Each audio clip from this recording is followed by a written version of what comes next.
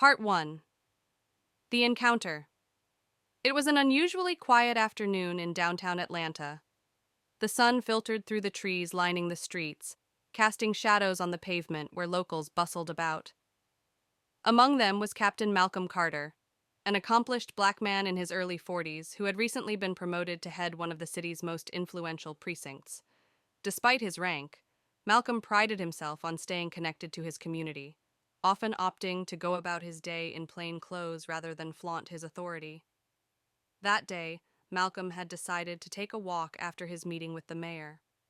Dressed in a tailored navy suit, he carried himself with an air of confidence that made him stand out, though he didn't intend to draw attention.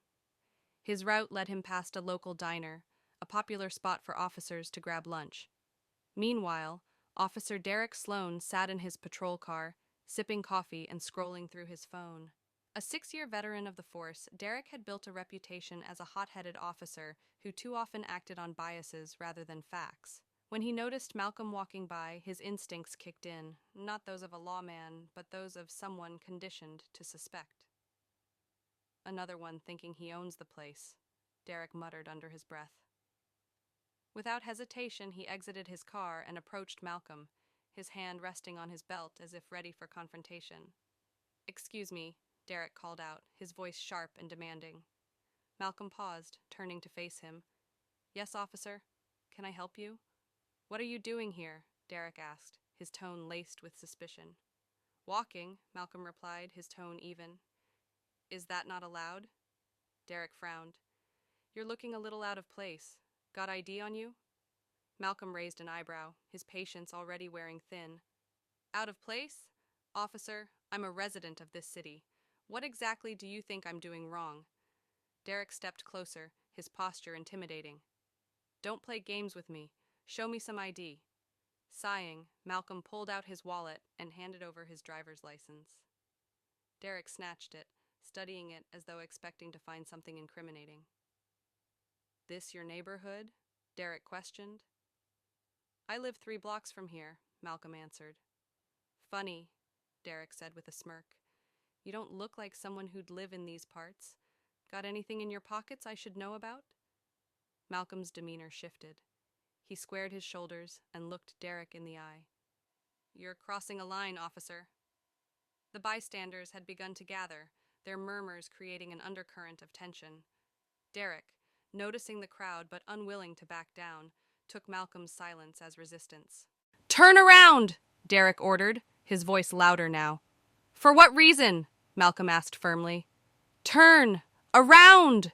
Derek shouted, grabbing Malcolm's arm.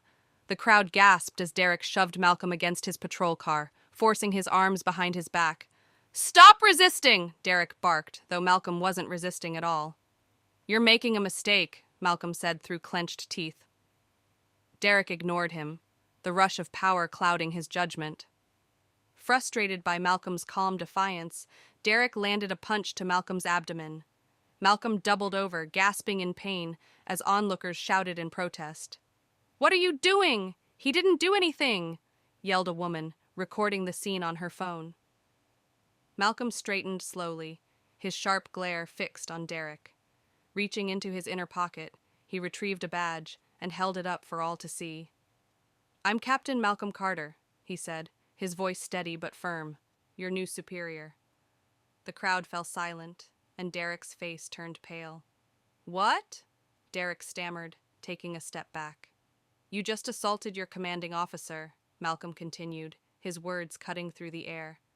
"This behavior is unacceptable, not just from a cop, but from any human being." The crowd erupted, some cheering for Malcolm, others berating Derek for his actions. "Someone get this on record," a man shouted. Malcolm turned to the woman recording. "Please send that to the precinct," he said, handing her his business card. Derek stood frozen, his bravado replaced with fear. Malcolm's piercing gaze met his as he spoke the words that sealed Derek's fate. "You're suspended, effective immediately. An investigation will follow." The once arrogant officer was escorted away by another cop, the weight of his actions pressing down on him. The crowd dispersed, but not without lingering whispers of admiration for Malcolm's composure and authority. Part 2. The fallout. Back at the precinct, Malcolm called an emergency meeting with his officers. The tension in the room was palpable as his team gathered, many already aware of the incident that had unfolded. Malcolm stood at the front, his expression one of disappointment rather than anger. "Today we witnessed a failure," he began. "A failure not just of one officer, but of the principles this department is supposed to uphold." The room was silent as Malcolm recounted the events of the afternoon, his words cutting through the discomfort like a blade. "Derek Sloan abused his power, allowed his prejudice to cloud his judgment, and tarnished the reputation of this precinct," he said. "This behavior will not be tolerated, not under my command." He paused, scanning the faces of his team.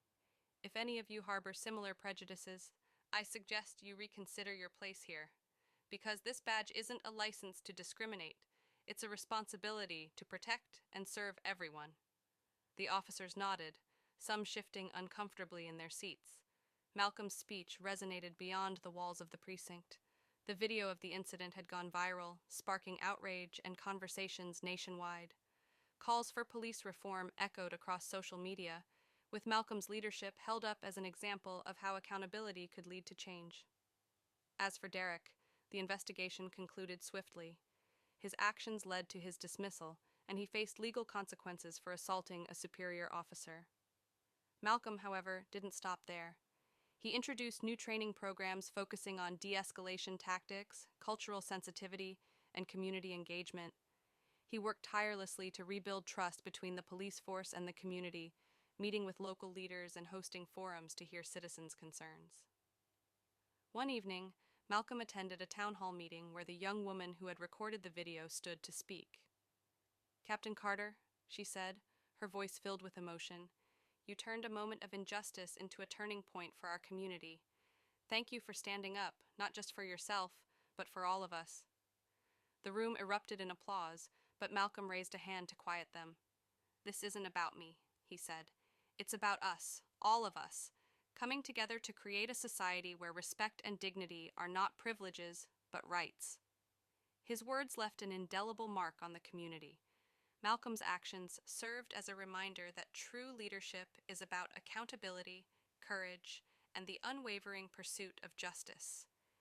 And in the end, the incident that could have divided the city instead became a catalyst for unity and change, proving that even in the face of prejudice, integrity and compassion could prevail.